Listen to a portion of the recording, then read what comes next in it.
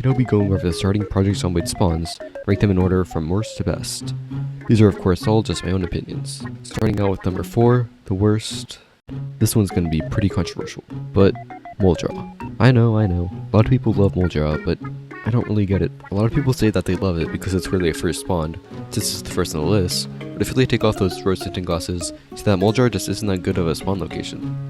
The layout is as confusing as the pronunciation of the name. Like, I really hope I'm saying it right. Muldraugh? Muldraugh? Muldragh? Yeah, I don't know. Muldraugh is filled with zombies, with not that much loot. The main good looting places are these storage facilities over here.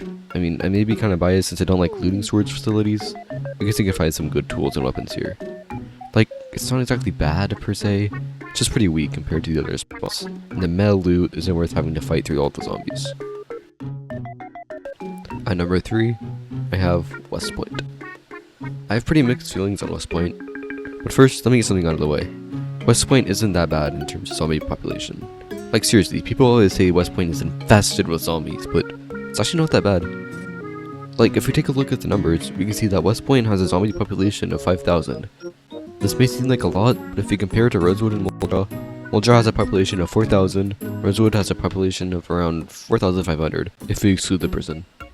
That's only 20% more zombies for some really good loot. And on that same note, Louisville isn't as bad as people say too. It has a zombie population of 22,000, which seems high, but Louisville is huge. I mean, I was able to put 7 West Points into Louisville. Anyways, back to West Point. From this 20% increase to zombies in West Point, you get tons of good loot. Gun store and hardware store is all I have to say. You don't get what I mean. The reason I have mixed on West Point, and the reason it's lower, is because I kind of dislike having such good loot in a spawning area. I personally like to take the game as slower, building up from frying pans to crowbars, to machetes and guns, and I think immediately getting guns takes away part of the fun. Oh, and it may be thinking, oh, but you need a sledgehammer to get into the gun store. No, you don't. Just use a Molotov cocktail on the side of the building, and you're on your way. I've used this strat many times and it's worked flawlessly. Except for some of my friends. Remember that it's fire, which can and will burn gun containers. And yourself. Plus, a bar is very conveniently placed right next to the gun store, making getting Molotovs a breeze. If you're an experienced player wanting to get straight to the good loot, West Point is for you. But I like starting slow and building up, so West Point is not for me. At number 2, I have Rosewood. It's kind of only known for one main thing, the fire station. It's very easy to get into and makes a good base. Oh my Gug. Oh my. What happened to you? Why you... I tripped. And speaking of bases, you have these well-protected gated houses too. But about the fire station, you know. Free axes and firefighter gear. The zombie population is just a little high, but the loot is good, even if we ignore the fire station, which in itself makes it worth it. You have a big police station and a surplus of commercial buildings, and extras. Plus, you've also of course at the prison. I recommend skipping the main prison and just going for the armory though, because the prison is filled with zombies. Rosewood is overall a solid spawn, there's not much more to say about it. It's a happy middle of loot and zombie population. Here we are, number 1, the best spawning area in Project Zomboid. You already know, Riverside. Let's look at this main area of Riverside right here. How many zombies do you think are in here? 3,000? 4,000?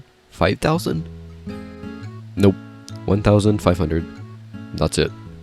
Riverside has a tiny zombie population, making it especially good for beginners. But with such a little zombie population, the loot is trash, right? Nope. Hardware store. Crowbars, axes, machetes. They're all here, if you get lucky enough. Plus, there's some soup. Plus, there's the cool bonus of VHS store too. And if you drive a bit to the trailer park section, 3 warehouses. There are even a lot of books. In the school, bookstore, and post office. The good community here is also a good base, and a good compromise between living in a populated city and an isolated cabin in the middle of nowhere. There's even some farmhouse. Wait, I made a mistake. There were even some farmhouses between the trailer park and the main area of Riverside that can also make for a good base. The only downsides I can see are the trailer park spawns and it being the farthest from Louisville. Regarding the spawns, it's not that far of a walk. There's plenty of cars in that area. Plus, it's just the beginning of the game when you spawn, so you can always just restart to get a spawn in the main area. It's not that rare. I mean, there's nothing to lose. Regarding the link to Louisville, yeah, I will admit it's pretty far, and the drive can be a bit long. I still do it, but if it really annoys you, you can always just get a good start in Riverside, move to a closer town like West Point later in the game. Even with these downsides, I still think Riverside offers a very good and relaxing spawn, and offers you the strongest possible start. So, that's it for my list. Please let me know your thoughts in the comments. Do you agree with me? Disagree with me? Liking and subscribing would really help me out, as I'm just starting out on YouTube. Thanks for watching. I'm kidding, you all know Louisville is the best one. Woo!